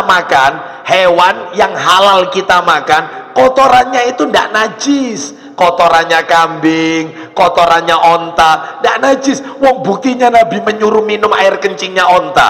Loh, coba untuk pengobatan. Air kencing onta itu disuruh minum oleh Nabi. Kenapa? Untuk pengobatan. Berarti kencingnya onta tidak najis. Iya, hewan yang halal kita makan, sapi itu kan halal kita makan dagingnya, maka kotorannya sapi tidak najis. Nah, makanya ibu-ibu kalau jalan roknya kan panjang, ternyata di situ terkena kotorannya sapi atau apa, maka tidak usah risau. Iki ya oporek maksud diucek diumbah, tapi kalau itu kan najis itu. Makanya tukang jagal menyembelih hewan kurban, sudah disembelih ternyata bajunya kena kecipratan darah kambing atau darah sapi, dia waktunya sholat sehingga dia sholat pakai baju itu, maka dalam hal ini nggak apa-apa, karena kotoran atau darah sapi, darah kambing tidak najis. Yang najis itu adalah hewan yang haram kita konsumsi. Daging babi, Anda wudhu pegang dagingnya tok, nggak makan ini, pagi pegang, najis, batal. Ya, kena darahnya babi, batal. Saya tanya, kotoran cicak najis apa tidak? Cicak itu halal dimakan apa haram? Haram. Ya, berarti kotorannya najis atau tidak? Najis. Sudah paham sampai di sini? Nah, udah paham ya? Baik, itu. Nyambi itu halal apa haram? Rica-rica nyambi, sego nyambi, ada enggak di jalan-jalan itu? Halal apa haram? Haram Bapak Ibu sekalian, ya. Itu, ya. Baik, kita lanjutkan. Bapak Ibu, yang keberapa sekarang? Yang keempat ya, 4 ya. Jadi orang yang suci dari tayamum pertama nggak tanpa memperbarui bisa dipakai sholat untuk berikutnya tanpa mengulangi tayamum. Dalilnya mana? Dalilnya ini fatwa para ulama. Yang keempat sekarang, yang keempat, berdiri ketika sholat merupakan rukun sholat, meskipun sakit tetap berdiri Bapak Ibu. Berdiri itu rukun Bapak Ibu, wajib. Orang sholat itu wajib berdiri. Tapi sholat 5 waktu loh ya. sholat 5 waktu, subuh, zuhur, asar, maghrib, isya, itu wajib berdiri meskipun lagi diinfus. Maka dia tidak boleh ngambil opsi, waduh ya apa wis aku tak turu ae sholat ambek turu. Nggak bisa. Anda mampu tidak berdiri? Mampu. Pusing? Tidak pusing, berdiri meskipun pakai infus. Ini masuk selang misalnya, Allahu Akbar, semampunya. Ustadz agak geling sedikit Ustadz, boleh duduk? Boleh. Begitu duduk ternyata dia merasa dia kuat untuk berdiri, tetap berdiri. Tidak boleh terus kemudian wis aku diinfus, aku tak sholat ambil lungguh atau sambil tidur. Nggak bisa, tetap berdiri. Anda bisa berdiri soalnya, sebab kalau tidak dosa, karena berdiri itu rukun, wajib, rukun sholat. Kayak baca Al-Fatihah. Al-Fatihah itu kan rukun. Orang tidak baca Al-Fatihah tidak sah. Sholat kalau tidak berdiri tidak sah. Makanya Bapak Ibu jangan kaget ada orang sholat kursi, di atas kursi, dia duduk di kursi. Jadi dia itu pergi ke masjid itu sambil bawa kursi. Itu ketika sedekap baca Al-Fatihah berdiri. Giliran mau rokok dia tidak bisa, punggungnya ini sakit, sehingga ketika mau rokok dia duduk. Allahu Akbar, Sami Allahu liman hamidah, ya. Terus sujud, Allahu Akbar. Terus duduk di antara dua sujud, Allahu Akbar. Terus sujud lagi, Allahu Akbar. Rakaat kedua, Allahu Akbar. Berdiri, tidak boleh terus-terusan duduk, wajib berdiri itu. Paham sampai di sini? Mana dalilnya?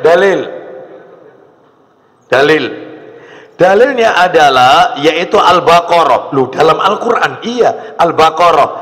Ayatnya ayat 238. Surat nomor 2 Al-Baqarah ayat 238. Ayo Al-Baqarah 238. Al-Baqarah 238. Al-Baqarah 238. Ya, silakan.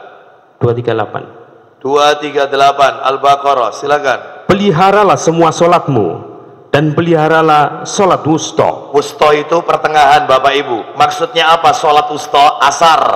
Asar itu dan di tengah-tengah Bapak Ibu. Tengah-tengahnya solat itu bukan duhur, asar. Asar itu tengah-tengah antara subuh sama duhur, terus antara maghrib sama isya. Solat kan 5 waktu, subuh, duhur, asar, maghrib, isya. Maka di tengah-tengahnya di sini, ini subuh, duhur, ini tengah-tengah, maghrib, isya. Makanya solat asar itu disebut wusta, solat yaitu wusta, solat pertengahan. Lanjut. Berdirilah untuk Allah dalam solatmu. Ulang lagi. Berdirilah untuk Allah dalam solatmu dengan khusyuk. Loh, disuruh berdiri Bapak Ibu, bukan duduk. Solat 5 waktu itu rukunnya berdiri. Beda sama sholat sunnah. Nanti tak jelaskan sholat sunnah. Baik, jadi sholat meskipun sakit tetap berdiri. Itu nomor 4. Nomor 5 sekarang. Nomor 5. Jika orang yang sakit, ya, jika orang yang sakit mampu berdiri dengan bersandar, jika orang yang sakit mampu berdiri dengan bersandar pada tongkat, maka itu lebih baik. Ya. Jika orang yang sakit masih mampu berdiri dengan bersandar pada tongkat, maka itu lebih baik. Atau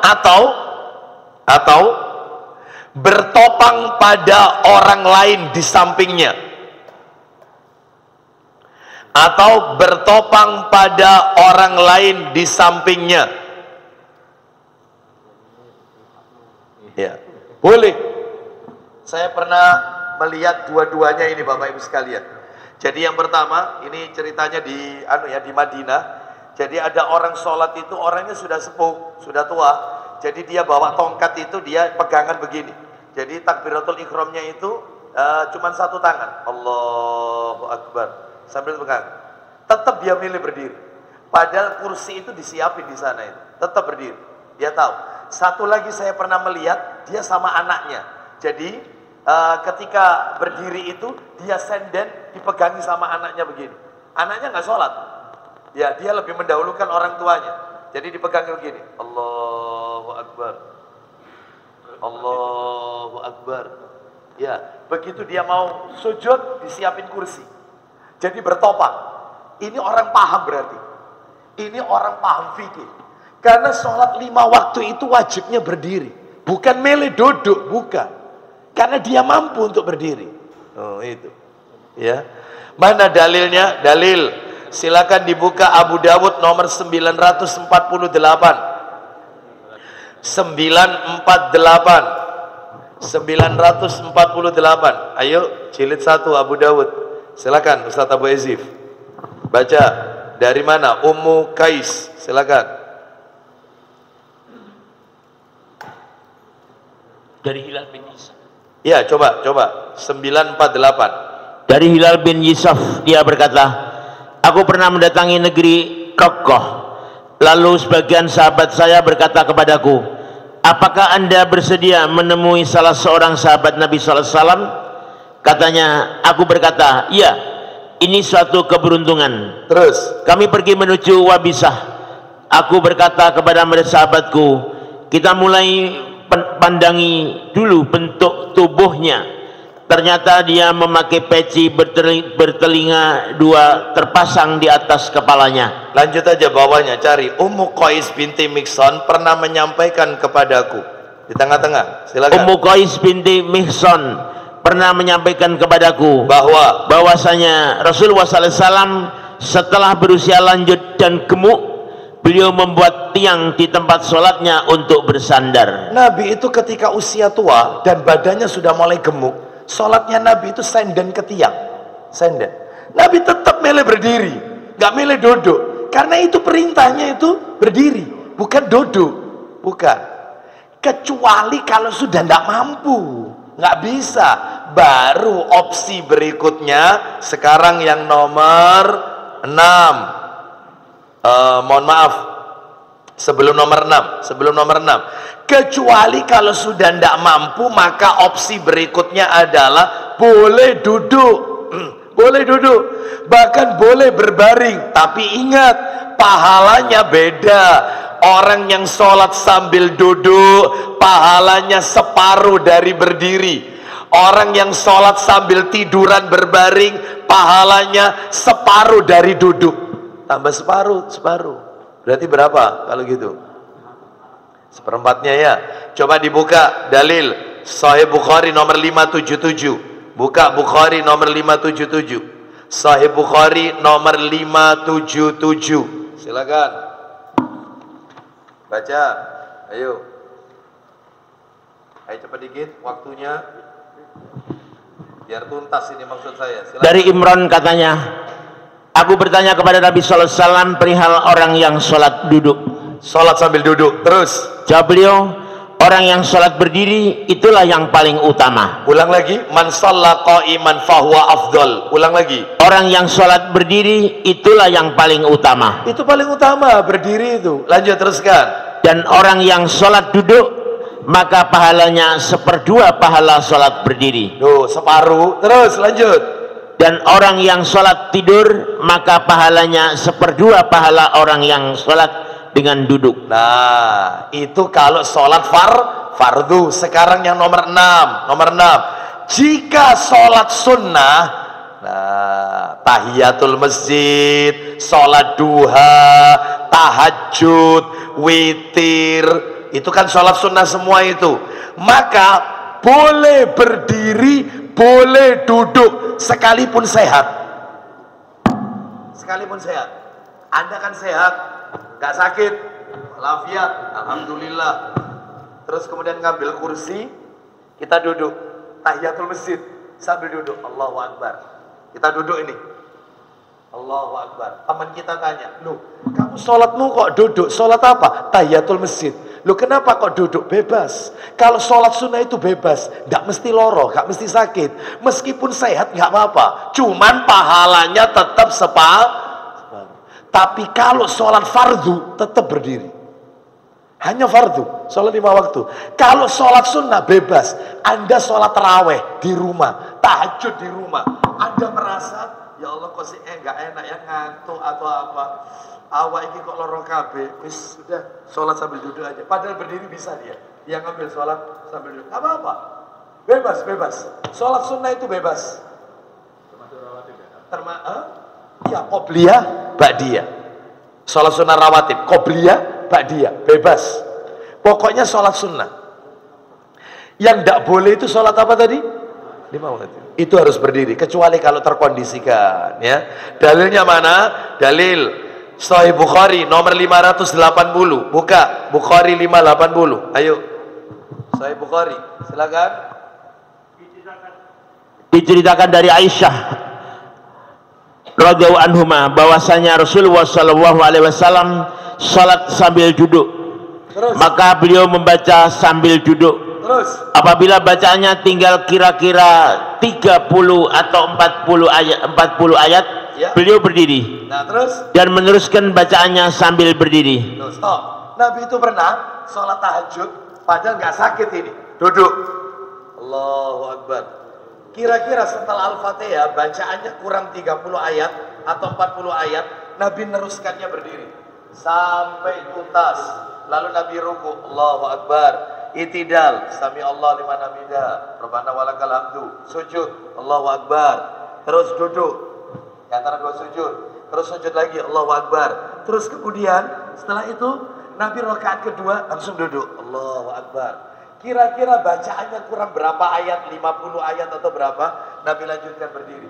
Jadi boleh dikombinasi. Sholat sunnah ya, sholat sunnah. Duduk berdiri, duduk berdiri, boleh.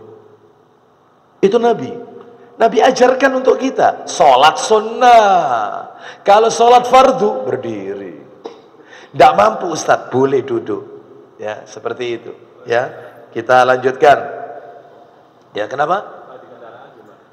Oh, nanti sabar. Nomor 7. Nomor 7. Nomor 7. Jika seseorang merasa sangat takut, jika seseorang merasa sangat takut dengan sholat berdiri karena akan membahayakan dirinya, maka boleh sholat sambil duduk. Jika seseorang merasa takut sholat sambil berdiri akan membahayakan dirinya, contoh sholat di kapal, sholat di kereta, sholat di pesawat, nah jelas ini, khawatir ini sudah, maka duduk saja, duduk. Kecuali kalau bisa berdiri, ya. Setahu saya kalau pesawatnya itu pesawat Saudi Airlines, nah itu ada musolanya di belakang, ada musola. Setahu saya cuma Saudi Airlines, Garuda nggak ada, ya. Saudi Airlines setahu saya.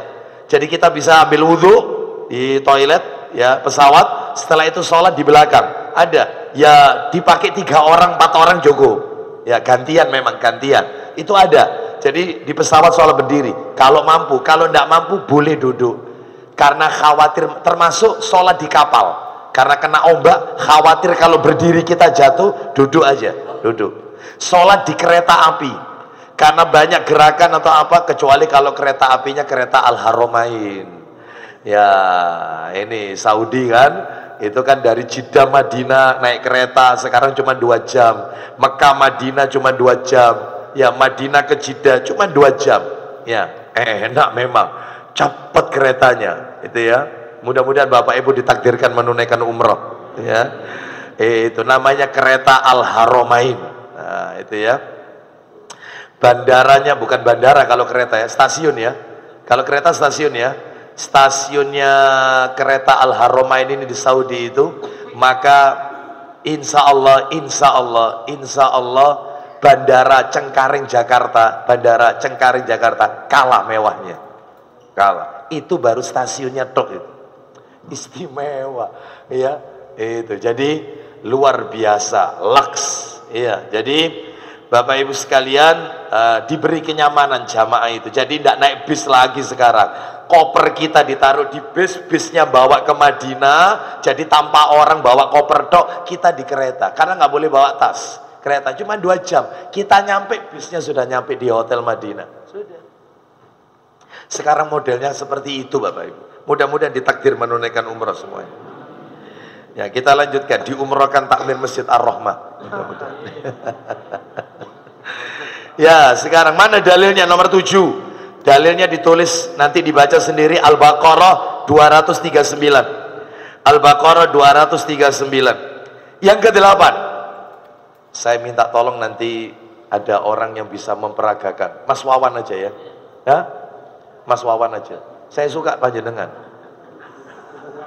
Nomor 8. Ya, nomor 8 ini ya. Nomor 8. Cara yang afdol. Cara yang afdol.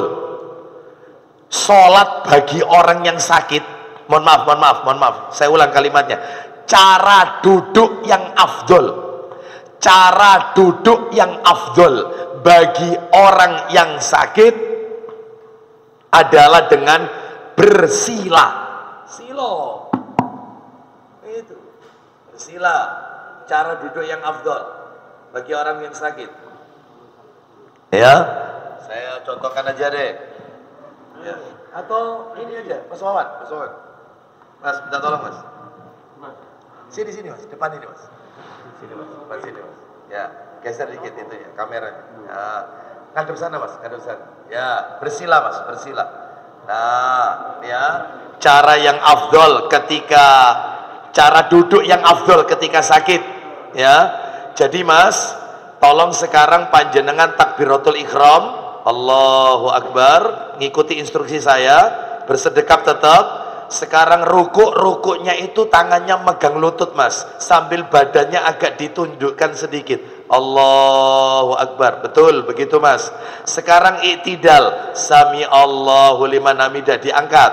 Ya, tangannya di lutut lagi. Nah, sekarang kan sujud. Sujud itu Mas, ketika duduk begini Bapak Ibu, modelnya 2. Kalau orangnya mampu sujud seperti kita kalau sujud. Ya, seperti sujud Mas. Sekarang sujud. Allahu Akbar. Nah, seperti kita kalau sholat, sujud. Kalau mampu. Kalau tidak mampu, balik lagi Mas. Bersila lagi. Kalau tidak mampu, maka ketika sami Allahu liman hamidah, tangannya itu megang lantai, badannya agak ditundukkan sedikit lagi Mas. Nah, itu sujudnya begitu. Tangannya pegang lantai begini, sambil begini. Nah, itu sujudnya begitu. Paham? Paham Ibu-ibu ya? Nah, ya, begitulah. Ya, terima kasih Mas. Jazakallah khair. Jadi, Nabi mengajarkan kalau sholat sambil duduk, cara yang afdol itu duduknya silo. Itu berlaku untuk laki-laki dan wanita. Jadi, anggap saya ini duduk bersila. Allahu Akbar, megang lutut, agak nunduk sedikit. Sami Allahu liman hamidah, Rabbana walakal hamdu. Kalau mampu, seperti kita kalau sujud, Allahu Akbar, seperti kalau kita sujud. Nah, begini, nempel apa ini, lantai. Tapi kalau tidak bisa, maka cukup tangan kita saja. Setelah sami Allah liman hamidah, Rabbana walakal hamdu, Allahu Akbar. Tangannya megang lantai, tangannya. Terus duduk, Allahu Akbar. Sujud lagi, Allahu Akbar, megang lantai. Terus kemudian Allahu Akbar, rakaat kedua, sambil bersila. Itu yang afdol. Faham? Bingung? Tidak ya? Bisa.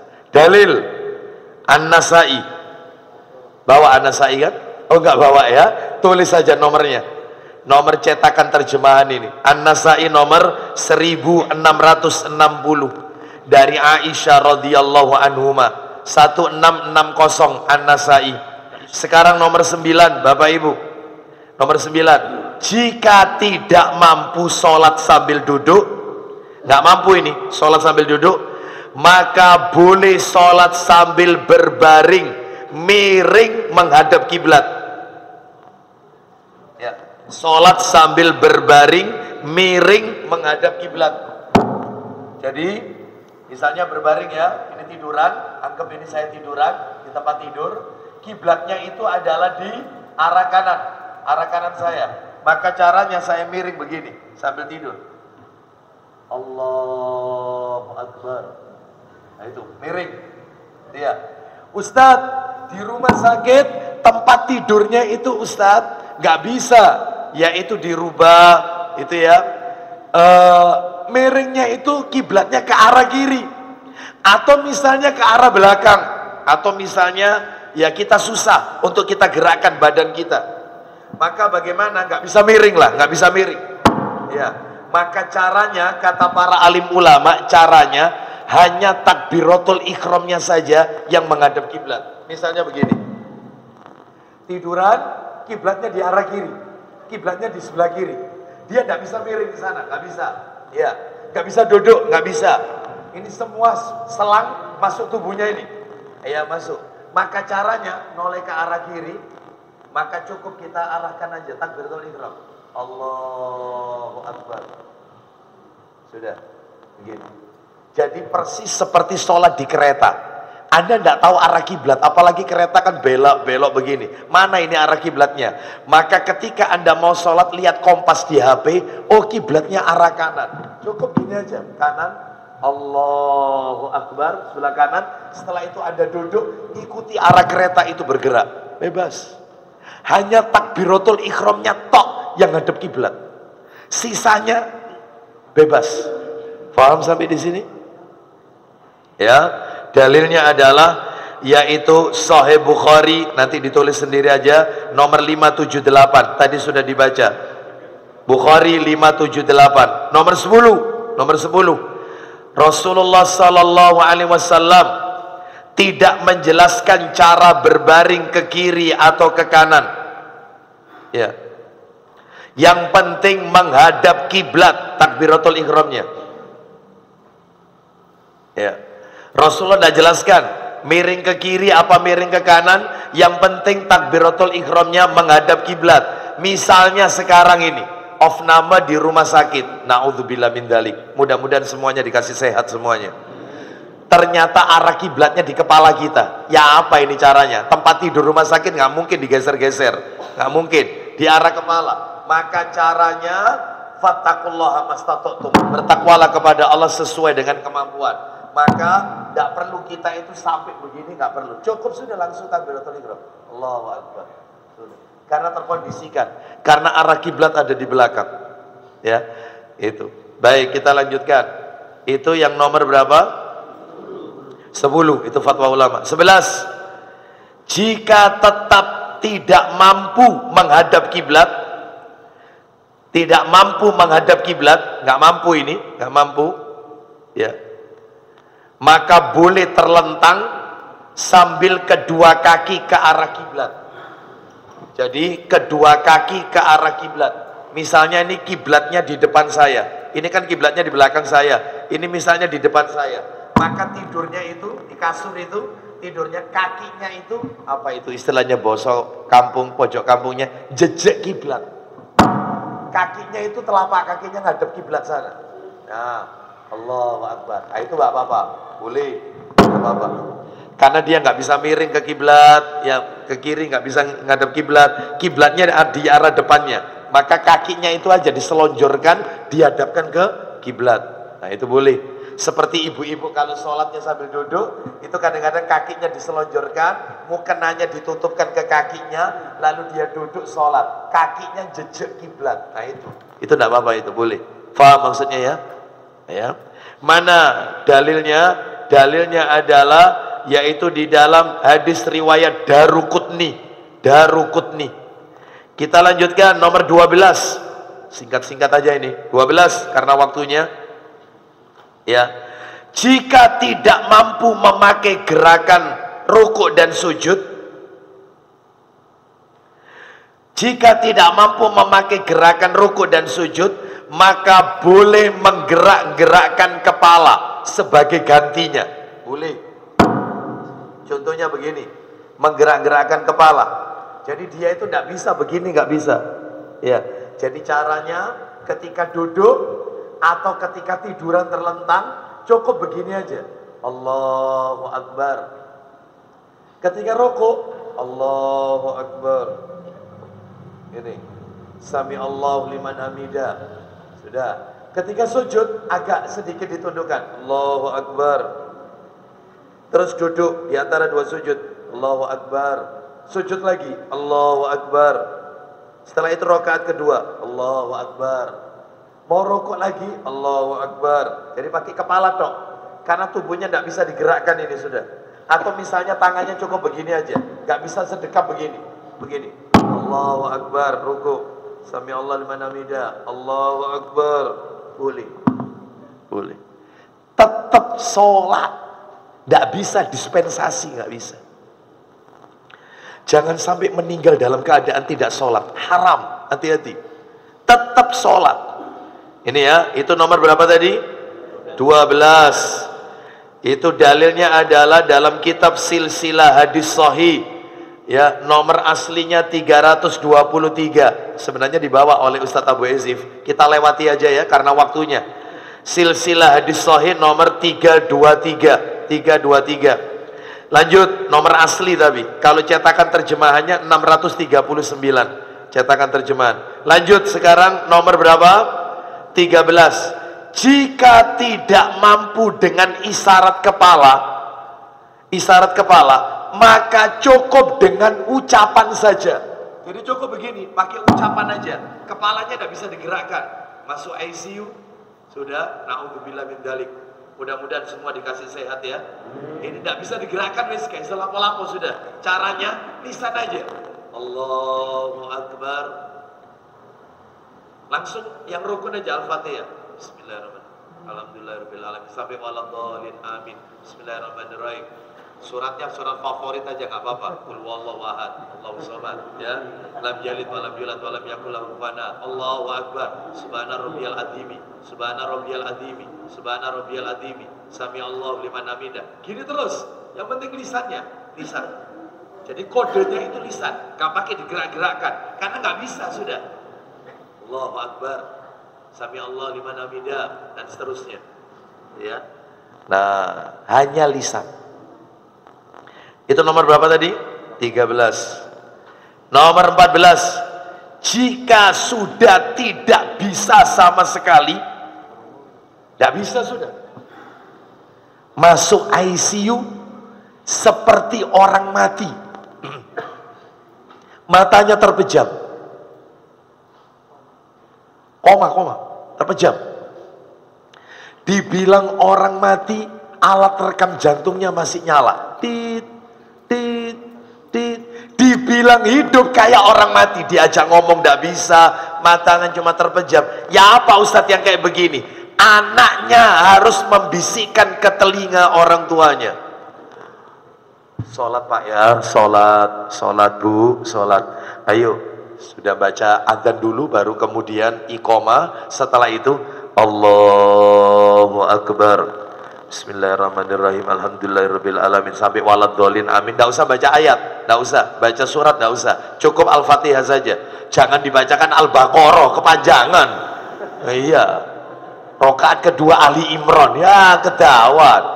Langsung saja waladhdallin amin. Allahu akbar. Subhana rabbiyal azimi. Subhana rabbiyal azimi. Subhana rabbiyal azimi.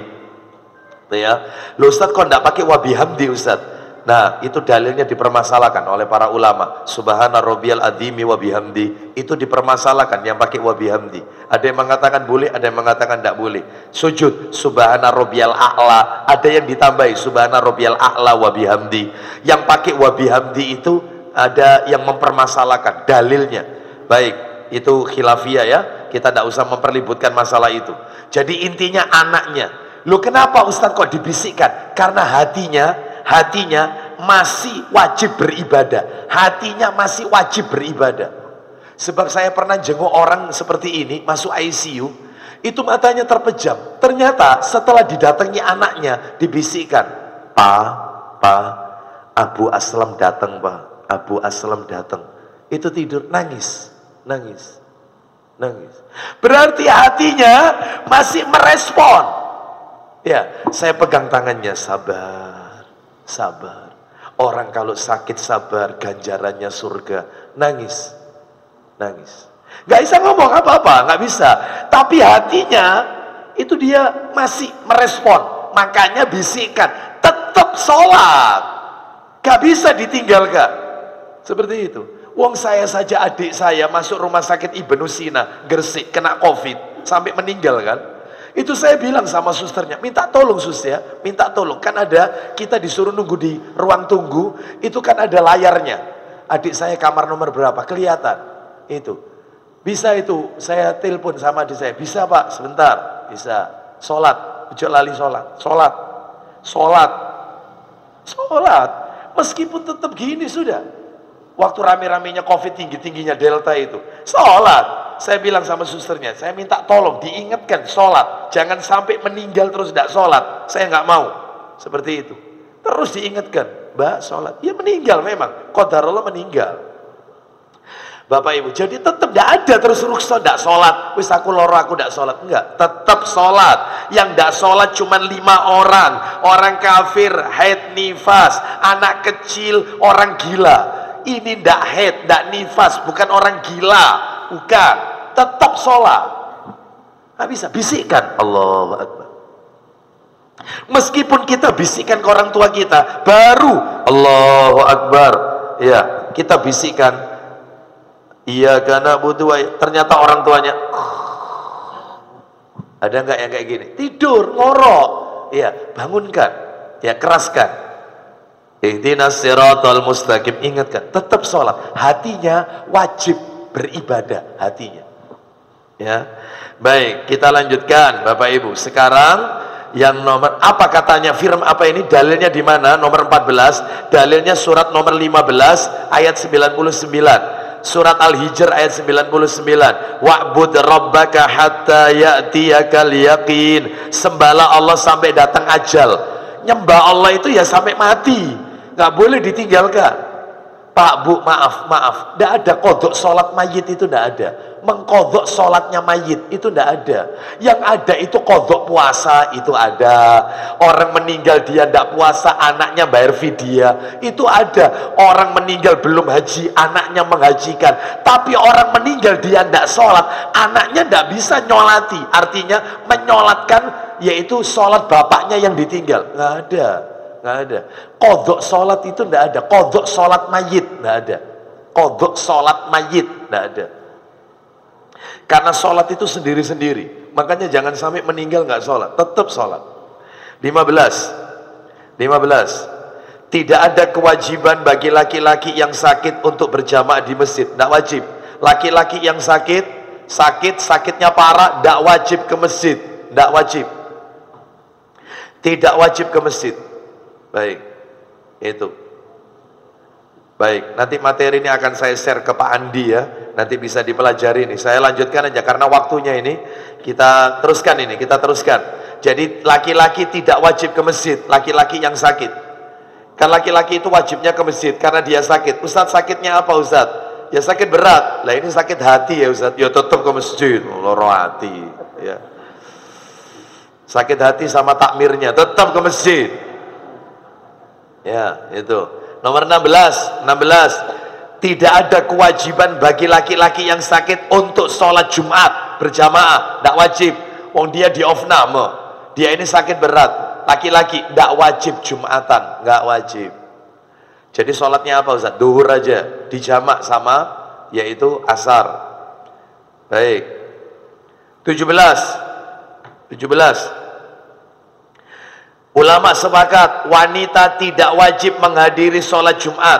Wanita tidak wajib ikut Jumatan, tapi boleh melakukannya. Jadi wanita kalau ikut Jumatan maka dia tidak perlu sholat duhur. Itu sudah jadi penggantinya itu. Tapi tidak wajib bagi wanita. Ya, kan ada penunggu pasien perempuan. Jadi yang sakit suaminya, si istri ini sholat Jumatan di masjid. Ada yang kayak gini, ada. Daripada dia di kamar apalagi satu ruangan itu isi 3 orang, dia tidak nyaman, akhirnya dia ke masjid. Terus aku tak melok Jumatan aja, sudah sholat di sini tidak nyaman saya, khawatir kena najis atau apa. Nah gitu, maka dia ikut Jumatan, maka dia tidak perlu sholat duhur. Tidak apa-apa, boleh, tapi tidak wajib sebenarnya. 18. Orang yang sakit boleh menjamak sholat, jamak loh ya, bukan kosor, dijamak. Duhurnya 4, asar tetap 4. Maghrib sama Isya dijamak. Maghrib sama Isya. Maghrib 3, Isya 4. Jadi bukan dikosor, dijamak. Kecuali kalau berobatnya ke luar negeri, berobat ke Malaysia, berobat ke Singapura, berarti musafir, maka tidak mengapa dikosor, diringkas. Ini di rumah sakit deket aja kok ya, musafir. Ustadz, rumah saya ini Surabaya, saya berobat ke Solo Ustadz, karena di sana itu ada dokter bagus Ustadz, di Solo misalnya, luar kota, boleh tak kosor? Boleh, karena perjalanan safar, boleh ya. Baik, terus nomor 19, tinggal 2 lagi kita tutup. 12, menurut pendapat yang kuat, tidak boleh menjamak sholat Jumat dengan asar. Jangan dijamak ya, jangan. Sebab ada orang ya, dia berobat ke luar kota, ternyata hari Jumat mampir ke masjid. Waktu itu kalau nggak salah masjidnya Masjid Cengho, Pandaan. Jumatan di situ. Sama dia setelah Jumatan dikosor sekalian sama asar. Karena memang keluar kota ini, dikosor. Jangan. Menurut pendapat yang kuat, Jumatan jangan dibarengkan sama asar. Karena Nabi tidak pernah memberikan contoh. Nggak ada dalilnya. Nggak ada. Lu katanya kalau musafir boleh, iya. Itu. Tetapi pendapat yang kuat sebaiknya Jumatan sendiri, asar nanti adzan asar, sholat sendiri. Khusus hari Jumat itu. Jangan digabungkan. Jumatan sama asar itu. Itu pendapat yang kuat itu. Pendapat yang kuat. Jumatan sendiri, asar sendiri. Jangan dijamak kosor. Jumatan 2 rakaat, asar 2 rakaat. Jangan. Pendapat yang kuat, jangan. Tapi kalau panjenengan memilih pendapat yang lain, gak apa-apa Ustadz, musafir kan katanya boleh jamak kosor. Monggo. Saya ikut pendapat yang kuat, yang roji. Jangan. Karena gak ada contoh dari Nabi. Gak ada contoh. 20. Orang yang sakit, yang dalam perjalanan ke luar negeri, boleh mengkosor sholat. Orang sakit, perjalanan ke luar negeri untuk penyembuhan, berobat, boleh mengkosor sholat. Boleh. Terakhir 21. Orang yang sakit tertidur atau lupa, ya, tertidur, termasuk pingsan,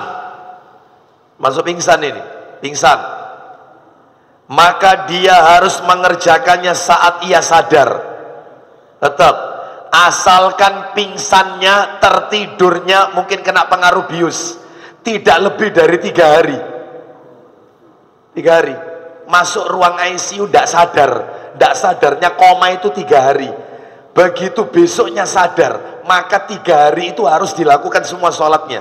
Sadarnya misalnya malam ini sadar, habis isya sadar. Sedangkan misalnya ini hari apa ini? Sabtu. Tidak sadarnya itu mulai Kemis, Jumat itu tidak sadar. Sabtu malam pada isya sadar, maka dia harus melakukan sholat yang hari Kemis itu ditinggalkan sholat apa, itu dilakukan hari Sabtu malam itu semuanya.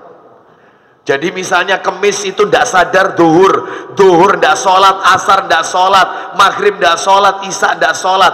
Hari Jumat, subuh tidak sholat, Jumatan tidak, asar tidak, maghrib tidak, isya tidak. Hari Sabtunya, subuh tidak, duhur tidak, asar tidak, maghrib tidak, isya sadar terbangun.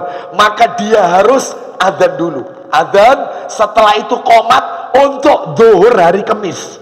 Duhur sama asar dijamak, qomat lagi sholat maghrib sama isya yang hari Kemis, ya waktu itu malam itu. Setelah itu adzan lagi, terus qomat untuk subuh hari Jumatnya, karena dia ya malam itu dirapal semuanya. Oh iya, harus sholat. Kecuali kalau komanya lama, lebih dari 3 hari, seminggu, tidak sadar, sebulan, maka sudah terkena beban kewajiban sholat, dianggap orang hilang akal alias seperti orang gila, tidak ada kewajiban sholat, koma. Lebih dari 3 hari, patokannya berapa hari? 3 hari, koma, pingsan 3 hari. Itu ya. Baik, makanya kalau ada orang tanya, Ustadz masa muda saya dulu tidak pernah sholat, saya baru sadar sekarang pentingnya sholat. Ya apa cara nempuinya Ustadz? Mengkodoknya bagaimana? Ya tidak ada, karena sudah terlalu lama. Anda tidak sholat bertahun-tahun, maka tidak perlu dikodok. Lah caranya, Anda tobat, terus tutuplah dengan memperbanyak sholat sunnah, ditutup.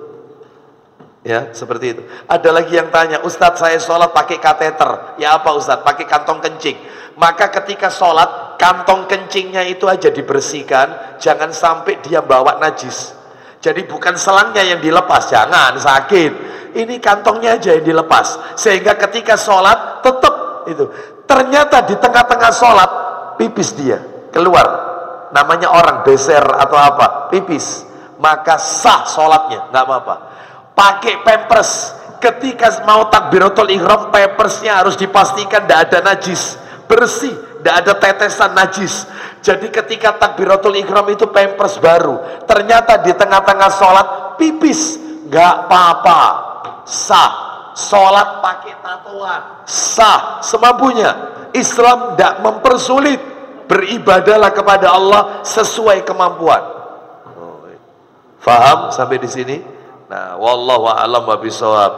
Demikian apa yang bisa kami sampaikan karena waktunya. Mudah-mudahan menjadi tambahan ilmu yang bermanfaat. Insya Allah mulai berarti tahun depan ya. Tahun depan ya. Tahun depan. Minta tolong saya diintip. Sabtu ketiga itu tanggal berapa? Januari tahun depan. Sabtu ketiga. Tanggal berapa? Tahun depannya. Januari 15 Sabtu ketiga 15. Ya nanti saya minta izin sama Pak Andi, saya tanggal 14 sampai 26 itu saya udzur ya. Jadi kalau memang mau dimajukan lagi nggak apa-apa, kalau libur ya libur saja, nggak apa-apa ya. Baik, wallahu a'lam wa bishawab. Assalamualaikum Ustadz. Waalaikumsalam warahmatullah. Saat sedang sholat tiba-tiba ada hewan yang ada di depan kita.